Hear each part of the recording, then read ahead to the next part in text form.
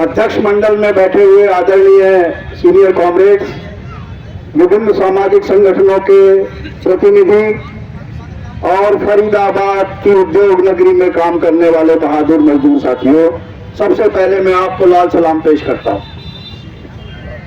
साथियों, जैसे मेरे पूर्व वक्ताओं ने बताया, दंगे इस देश में बहुत दिन से होते थे, लेकिन आज जो हो रहा है वो दंगे नहीं है। वो एक सुनियोजित कैलकुलेटेड हिंसा है जो राज्य के द्वारा प्रायोजित है। ये राज्य जानबूझकर एक मुस्लिम बहुल इलाके को चुनकर सबसे पहले उसको अपराधी घोषित करता है। उस मेवात में जहां आज तक दंगा नहीं हुआ, 1947 के बाद कभी दंगा नहीं हुआ, वहां काम करने वाली महिलाएं, स्कूल की टीचर्स बोलती है कि यहां हमें कभी कोई प्रॉब्लम नहीं हुई। उसको अपराध का क्षेत्र बताया जाता है और फिर उसके खिलाफ सरकार द्वारा प्रायोजित एक प्रचार चलाया जाता है कि ये मिनी पाकिस्तान है, ये यहाँ पे बहुत देश विरोधी कार्यक्रम होते हैं। ये इसलिए हो रहा है क्योंकि ये सरकार गरीब मजदूरों पे, किसानों पे और भी बड़ा हमला बोलने वाली है।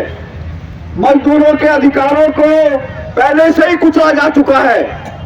आप देखिए, यहाँ पे मजदूरों के वेतन से जो पीएफ के नाम पे पैसा कटता है, जो ईएसआईसी के नाम पे पैसा कटता है, जिसके बराबर पैसा मालिक को जमा करके मिला के जमा करना होता है, जमा ना करे तो अपराधी होता है, वो उसको जमा नहीं कर रहा है। ईएसआईसी का कहना है कि 80% मजदूर मालिक ईएसआईसी की कटौती हमारे यहाँ जमा नहीं कर रहे। जब दुर्घटना हो जाती है तब उनकी पर्ची कटती है, तब उनका कार्ड बनता है। ये मजदूरों पे इस किस्म का हमला पहले कभी नहीं बोला गया। उनके यूनियन बनाने के अधिकारों को छीना जाने वाला है, उनके काम के घंटों को खत्म किया जा चुका है। जब तक मालिक बोलेगा तब तक आपको काम करना होगा। कोई कॉम्पेंसेशन नहीं, कोई छुट्टियां नहीं, किसी किस्म का कोई चोट लगने पे, घायल होने पे कोई उसको मुआवजा नहीं। ये हालत है। इसीलिए इस राज को फांसीवादी राज बोलते। साथियों, फांसीवाद का मतलब है कि जब पूंजीवाद मरने को जाता है, जब पूंजीवाद में लोगों की समस्याओं का समाधान करने की कुवत नहीं बचती, तो राज्य ही अपने लोगों पे हमला करता है। जैसा कि हमने जर्मनी में देखा, जैसे अभी साथी ने बताया, जर्मनी की एक और बात मैं आपको बताऊंगा, मेरे पास समय कम है। मार्टिन निमोलर की वो कविता याद कीजिए साथियों।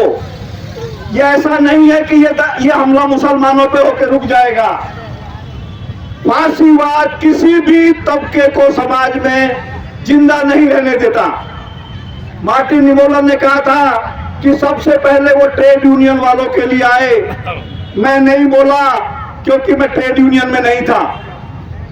उसके बाद वो कम्युनिस्टों के लिए आए। मैं नहीं बोला क्योंकि मैं कम्युनिस्ट नहीं था। उसके बाद वो यहूदियों के लिए आए। मैं फिर भी नहीं बोला क्योंकि मैं यहूदी नहीं था। और फिर वो मेरे लिए आए और मेरे लिए बोलने वाला कोई नहीं बचा था। यह है फांसीवाद का असली रंग। और फांसीवाद का एक ही तरीका है उससे निपटने का, जो हम सब लोग कर रहे हैं। एक संयुक्त मोर्चा, किसान और मजदूरों की इकट्ठी ताकत ही इसको रोक सकती है, वरना ये पूरे देश को इस तरीके से नचा के रख देंगे जैसे एक एक को ये टारगेट पे ले रहे हैं। आप देखिए, हर हिंदू त्योहार को दंगे के कार्यक्रमों में बदला जा रहा है। कोई रामनवमी आपको दिखेगी नहीं जहां 4-5 जगह 10 जगह दंगा ना हो। लोग दंगा नहीं चाहते। ये सरकार ऐसे बिट्टू बजरंगियों को और मोनू मानेसरों को तैयार करती है। और गृह मंत्री बोलता है, जिस व्यक्ति के ऊपर 2 लोगों के कत्ल का आरोप है उसको गिरफ्तार करने के बजाय बोलता है कि वो दंगे कहां भड़का रहा था। वो तो लोगों को तीर्थ यात्रा में जाने को बोल रहा था। ये एक तरीके से इशारा होता है पुलिस को कि आपको कुछ करने की जरूरत नहीं है। और जैसे जांगला साहब ने बोला अगर आप मजदूर अधिकारों की बात करोगे, आप अल्पसंख्यकों पे जुल्म क्यों कर रहे हो, ये बात उठाओ बोलोगे तो आपको पकड़ के ले जाएंगे कि आप शांति भंग कर रहे हैं। जो शांति भंग कर रहे हैं, जो भड़काऊ वीडियो बनाते हैं, जो मेहनत कश लोगों को किसी तरह अपनी जिंदगी को गुजार रहे हैं, जो महंगाई इतनी कभी नहीं रही, बेरोजगारी इतनी कभी नहीं रही, हरियाणा बेरोजगारी में 1 नंबर है, उस राज्य में ये दंगे भड़काना चाहते हैं क्योंकि ये नहीं चाहते कि मजदूर इकट्ठे हों, किसान इकट्ठे हों और उनके खिलाफ लड़े। ये है इनका तरीका। तो मैं इस बात से बहुत खुश हूं और मैं अपना बधाई देना चाहता हूं ज्वाइंट ट्रेड यूनियन काउंसिल को कि उन्होंने बाकी लोगों को भी इसमें शामिल किया। यही तरीका है फांसीवाद से निपटने का साथियों, इसके अलावा कोई तरीका नहीं है। क्योंकि कोई भी जो बुर्जुआ पार्टियां हैं वो, क्योंकि ये सत्ता के प्रायोजित होता है, ये सत्ता के द्वारा निर्धारित होता है, ये किसी एक व्यक्ति पार्टी का प्रोग्राम नहीं होता, इसलिए वो लोग इसके खिलाफ नहीं लड़ेंगे। इसी के साथ मैं अपनी बात खत्म करता हूँ।